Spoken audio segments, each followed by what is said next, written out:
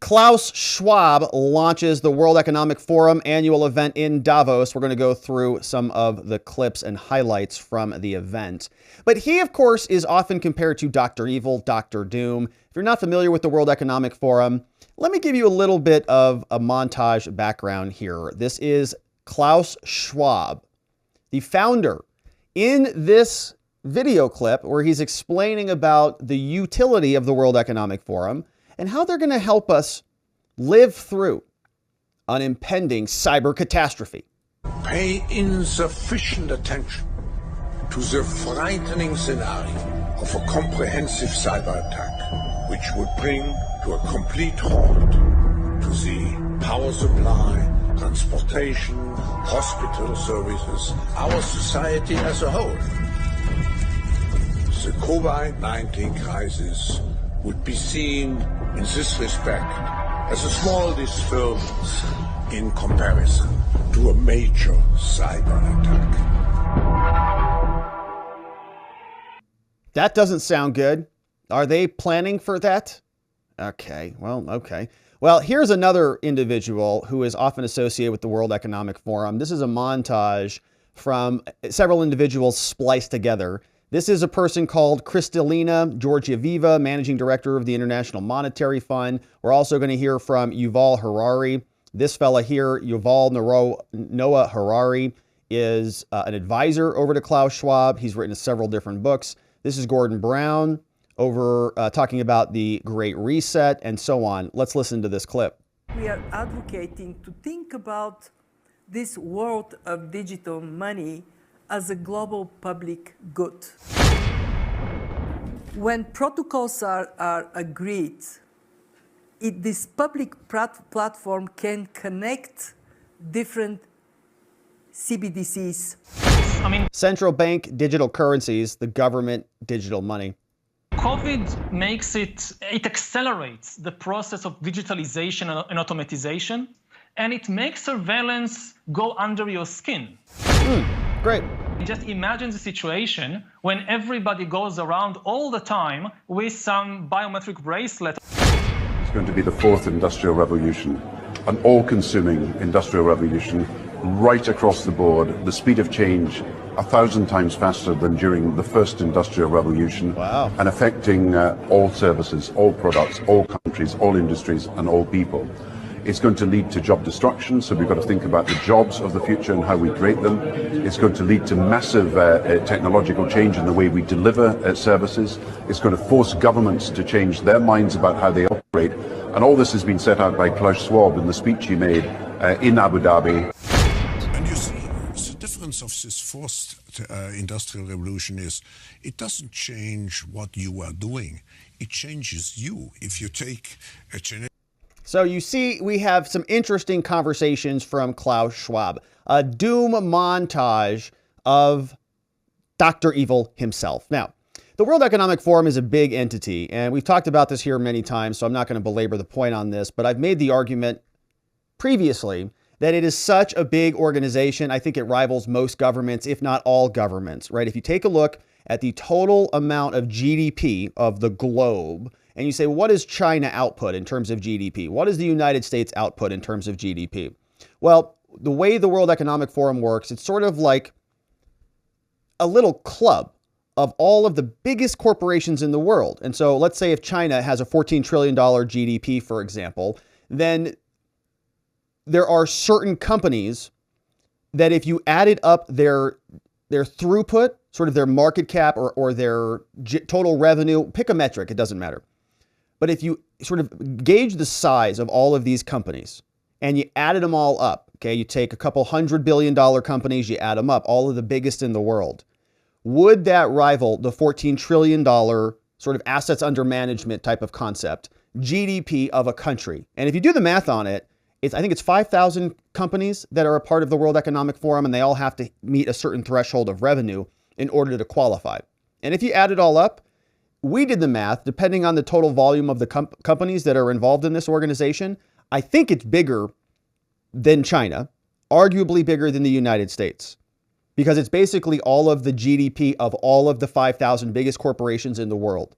In other words, They have more under management than many countries. If you bundle all the corporations together, it's like this superstructure that exists over the nation state structure all across the globe. Massive. That's why when they hold these events, everybody in the world drops what they're doing and they show up. The last time we talked about this, President Xi from China showed up and spoke there. Did you ever hear him speak before? Have you ever heard him come outside of China and say anything? No, he doesn't go anywhere except the World Economic Forum. Why? Because he knows who's in charge. This is Klaus Schwab. We have a bit of an introduction from him. Klaus Schwab arrives at Davos, the World Economic Forum annual event, and details for us his vision for 2023 and the future.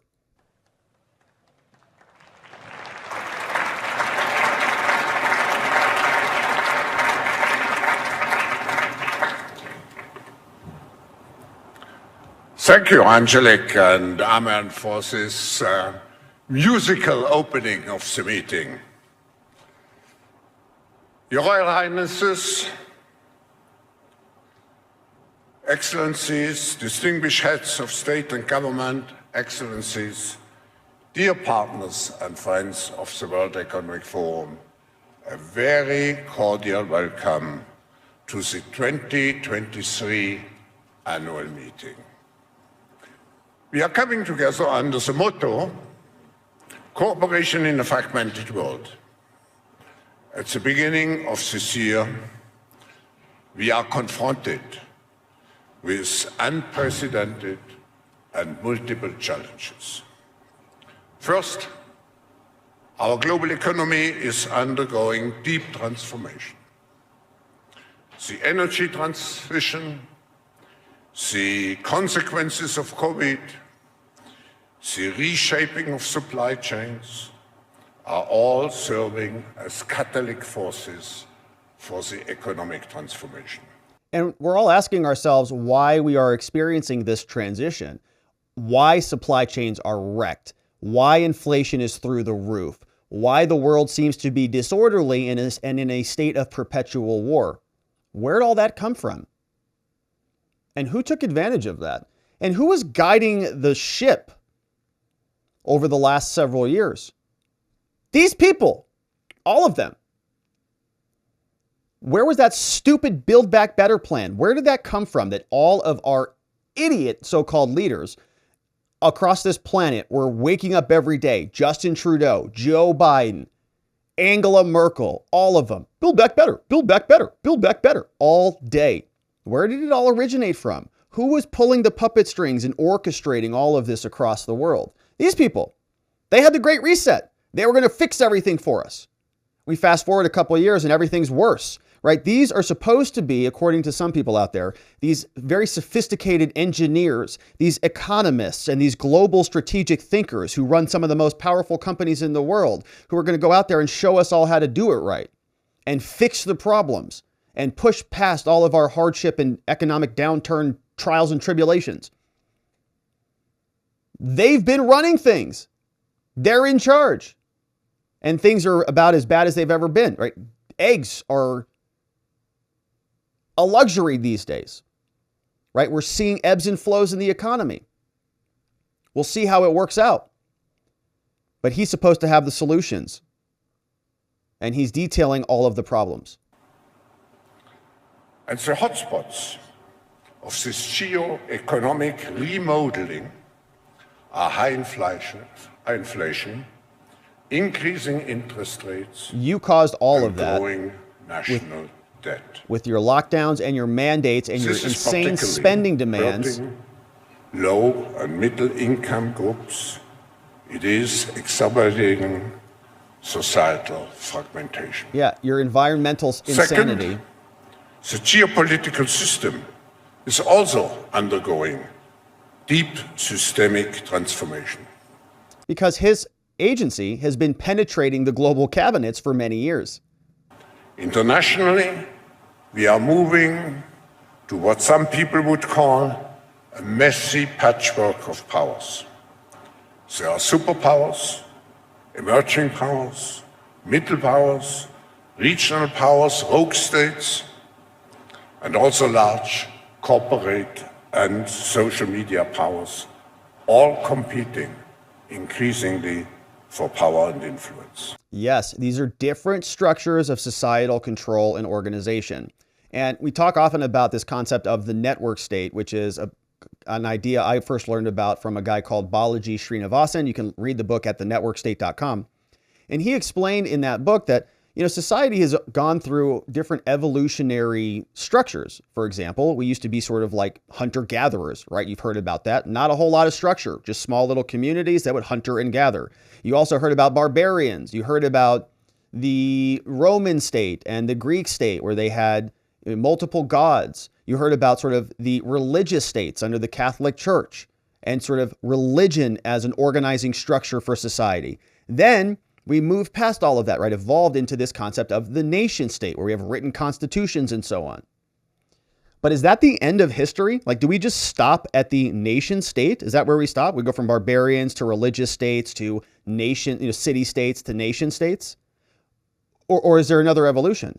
Well, he just detailed it for us, right? He talked about corporate powers and social media powers that aggregate more people together in a way that is more powerful than the country itself. The social media power connects more people than many countries do. Facebook connects over billions of people. More people are under Facebook's purview than under the United States purview. And they know that. And they want to control at that level. It doesn't have to be at the governmental level. It has to be at a higher level they control. You don't have to vote for that level of control. They just get to take it.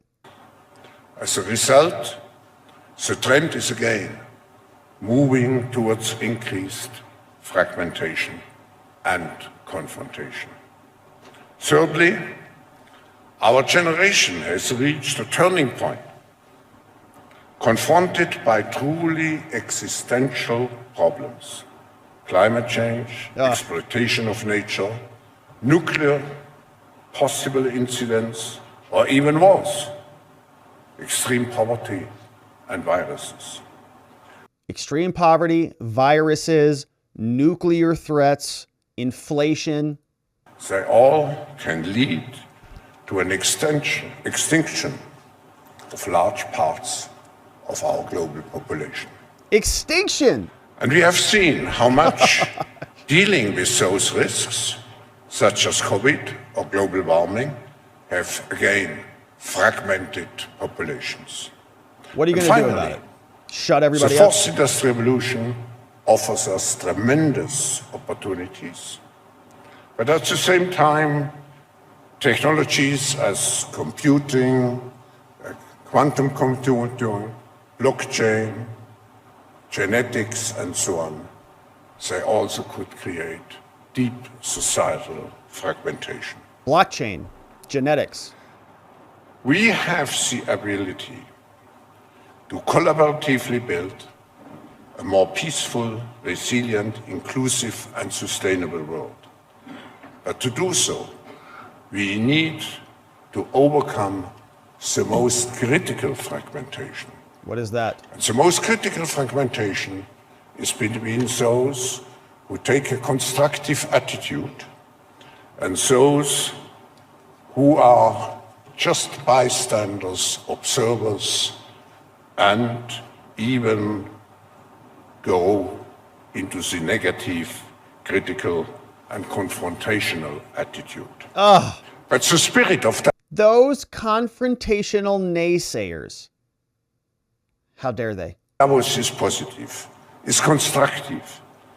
It means investing into a greener and therefore more sustainable economy, investing into a more cohesive society by providing everyone with the appropriate skills and opportunities, investing into the hard and soft infrastructure that modern societies require.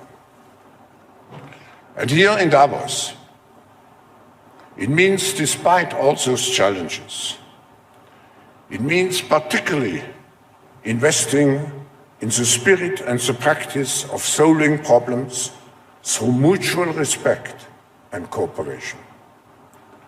We believe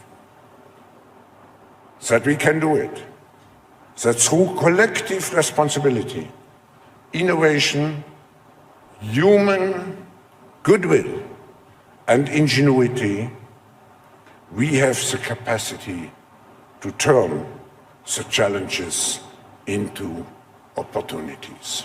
All we have to do is do everything they say, and everything will work out. Now, it looked like that was pretty full. Of course, he was there in person. Evidently, when they are doing video conferences, the room is actually pretty empty. So you can see here, this was a world leader, I guess, who was speaking, and everybody kind of cleared out.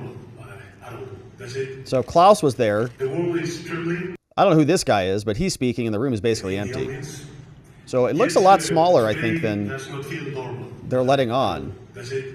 Like, it's not bursting with people or overflowing with people to get in there. Now, again, that could be taken out of context. Who knows? But we've got another clip from Klaus Schwab before we check in with Kerry, Gore, and others who are there. This question comes in about the metaverse. Is this something that you're willing to get plugged into? Hello, a question to Mr. Schwab. I think the metaverse is a great tool to reinvent the way we work. But in general, my question is, in the moment, we see quite a big decline in trust in political institutions. People don't trust the metaverse. What do you think about that? The meeting here in Davos, to what extent do you think this can strengthen to build this trust again? I would refer afterwards also to Brad Smith. I think what is essential is to make sure that the system as such, the technology, can be trusted. And one of the village partners, for example, is Interpol. So we work together already with the necessary instances to make sure that the system is as safe as it can be.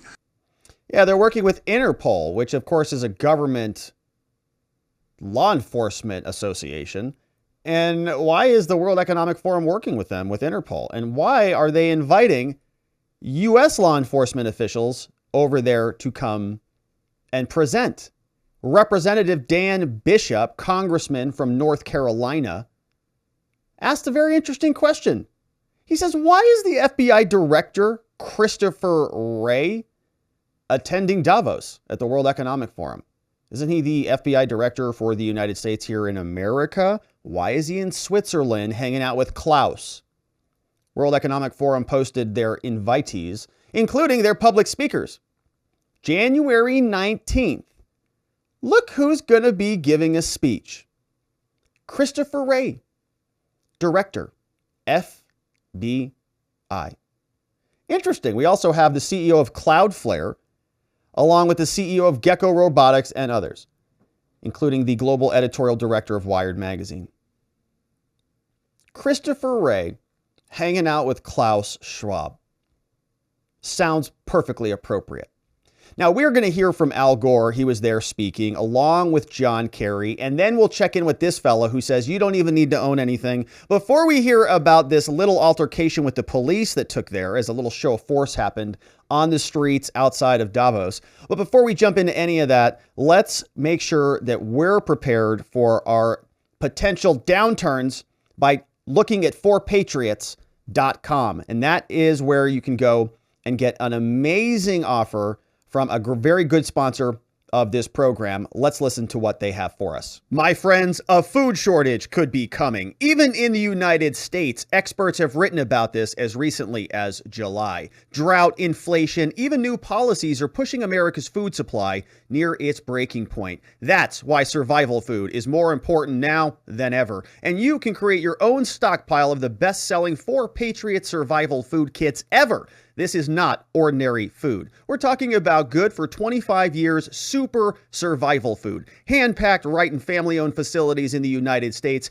giving jobs to over 200 Americans. The kits are compact, they're sturdy, they're water-resistant, and they stack easily. They have different delicious breakfast, lunches, and dinners, and you can make these meals in less than 20 minutes. Just add boiling water, simmer, and serve. And right now, you can go to 4patriots.com. Use code Robert to get 10% off your first purchase on anything in the store, including this 3-month survival kit. You'll get their famous guarantee for an entire year on anything in the store, plus free shipping on, the rest of it. They're called donated to charities who support our veterans and their families. Go to 4patriots.com. Use code Robert to get 10% off. That's 4patriots.com. Use code Robert. Start building your own stockpile today. That's right. Go to 4patriots.com. Become an amazing chef with your food at 4patriots.com. Don't forget to use code Robert. All right. Now, as we go back over to the World Economic Forum, you remember this guy? The guy who flies around on private jets and has like 35 houses? Al Gore. He was there at the World Economic Forum. Al Gore is still fighting climate change. And here's what he said with Klaus. Enough already. Enough. And I don't want to get sidetracked onto what needs to happen, but we need to scale up climate finance, but we need desperately to scale down anti-climate finance. Oh. And we are still subsidizing the burning of fossil fuels globally at a rate 42 times larger than the subsidies for the shift toward renewables and EVs, et cetera. We need new leadership at the World Bank. We need them to scale up the leverage and vastly increase the amounts that are committed. And we need to rein in the anti-climate activities of the fossil industry. Got to shut everybody up. Make sure they can't participate in the debate. Cut their money out from under them. And, Al Gore, he's talking about sustainability. He might want to sustain himself on those chips and ice cream out there. Looking a little bit thick on the video screen. Yeah, interesting. But he's ranting and raving. You can see what they're talking about. Other weirdos like John Kerry were also there. And, these people, they think that they are literal gifts to humanity. They walk around so in love with themselves. They think that their existence and their brain power and their solutions are saving the world. This clip came over from the very great @DrewHLive. He's on Twitter, and he's been clipping some good clips on this. Make sure you go follow him and support him. He's also on YouTube at DrewHLive.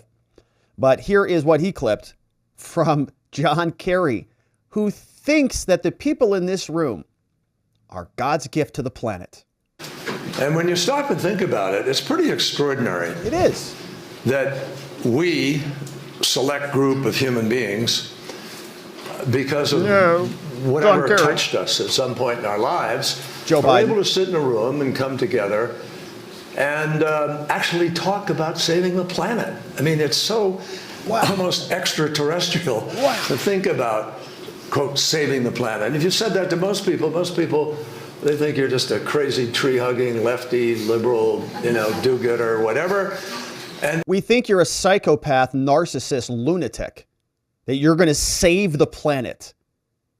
Weirdo. And there's no relationship. But really, that's where we are. Did Joe Biden touch him, I think? Is that what he said?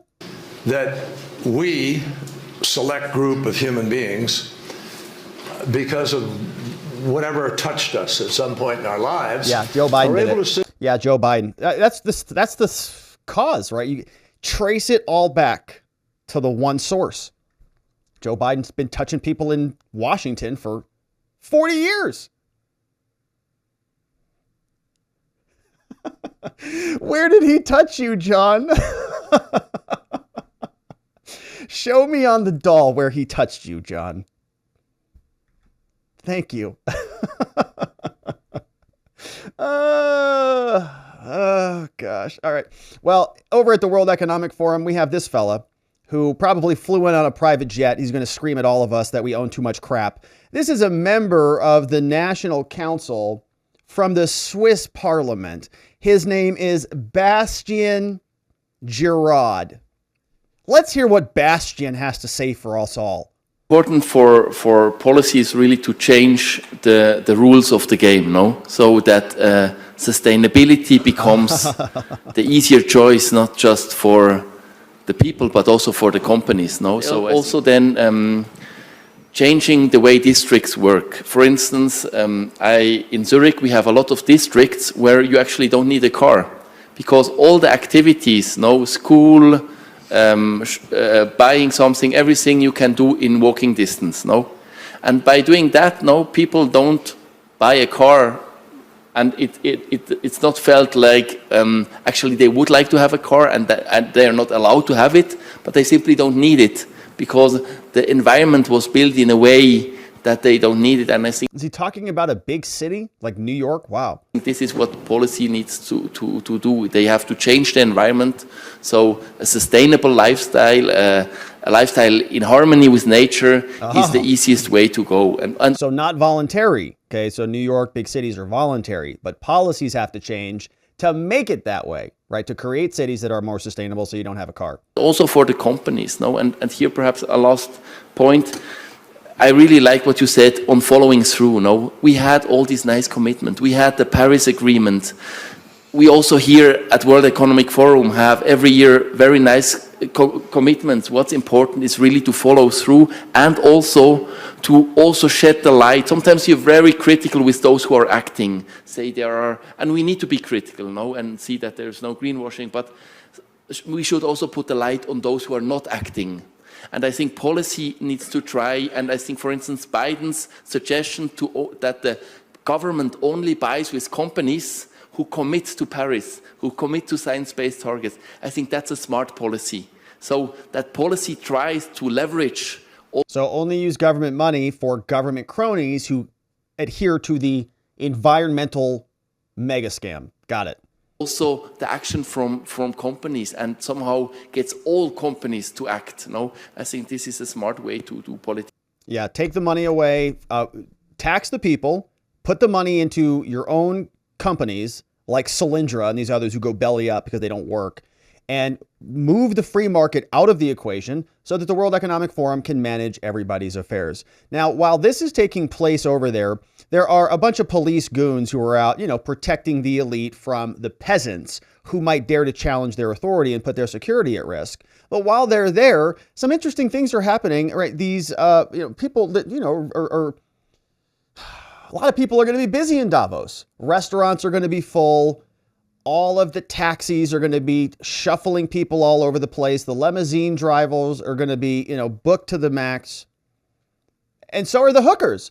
Zero Hedge tells us that this week, global elites who are supposedly tackling the world's problems, like so-called climate change, well, they're also going to be partying over there. Demand for sex workers by business tycoons and world leaders surges during the 5-day summit. One escort named Liana told a German newspaper called Bild that she dresses in business attire to blend in with a crowd of elites while at the summit. She said that her client is an American who attends the meeting. She charges 700 euros per hour or 2,300 euros for the whole night. Man, it's a nice billable rate. Sheesh. She sheds light on the dark side of Davos, telling Bill that the demand for prostitutes skyrockets during the meeting. An escort service also confirmed that sex workers would be very busy this week. Bosses book escorts in the hotel suite for themselves and their employees.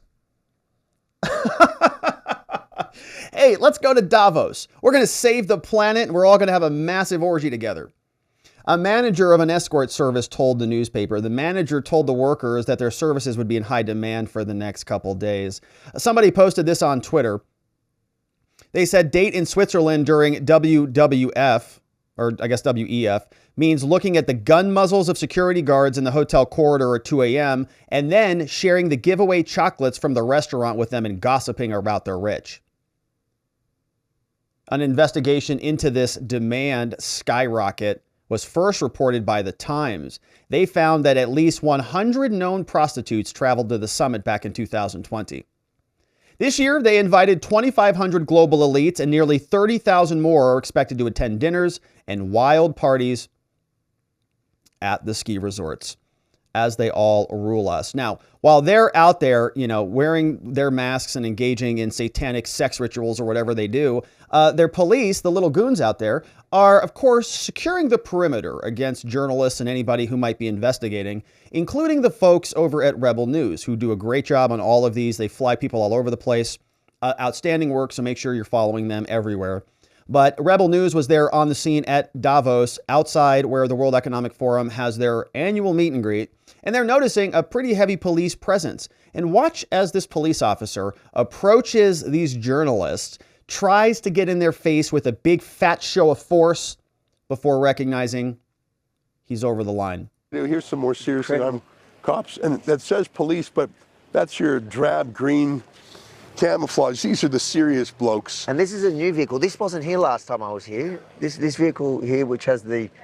That looks like an anti-riot screen in case people are throwing things at the vehicle. I think that's what that's for. Absolutely, but it makes you wonder what intel did they get? Or... Here's this cop. Now take a look at this cop, right? He comes walking out of nowhere. These other officers are standing around. This dude is the biggest dude of all of them, right? He's big, tall guy, and watch what happens as he walks into the scene. They're just standing around filming. Nobody's bothering them. The other cops don't even care. Watch this guy. Here's some more serious thing. I'm cops, and that says police, but that's your drab green camouflage. These are the serious blokes. And this is a new vehicle. This wasn't here last time I was here. This vehicle here, which has the... That looks like an anti-riot screen in case people are throwing things at the vehicle. I think that's what that's for. Absolutely, but it makes you wonder what intel did they get? Or... When I ask why? Look at him. Yeah, ask why? Not it's answering. Part of the news, Look isn't at him. it? Yes, it is. Yeah. But we don't like our faces in the news. Look how close. Okay. So I respect that. We'll blur your face. I promise we'll blur your face. It's a promise. Okay. It's a promise. I promise we do will. our jobs. We have families at home. We don't need us in the news. I respect that. We'll blur your face. Thank you for that. Fair deal. He says he doesn't want his face all over the world. We'll blur his face. He's not a personal story, but the police is a story. When you've got reports that 5,000 police and military have been authorized, that's news.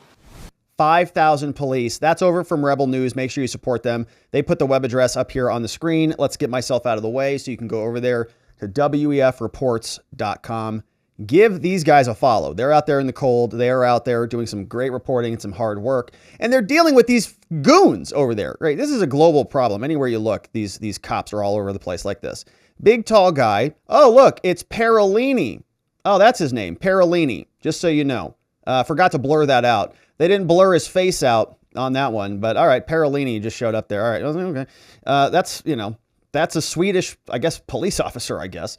Anyways, so we'll leave that there. But this is this individual who is out there. They're dealing with these goons all over the place, and they are going to be there for the next couple of days in Switzerland, in public. That's what's happening at the World Economic Forum. Of course, we will continue to cover this. There'll be more stories out there. We'll see what Christopher Wray has to say and others. But thank you for joining us and following along as we are covering this story. I hope you join us as we do. Thank you for liking this video and hitting the subscribe wherever it is you are following us. And we'll look forward to seeing you on the next one.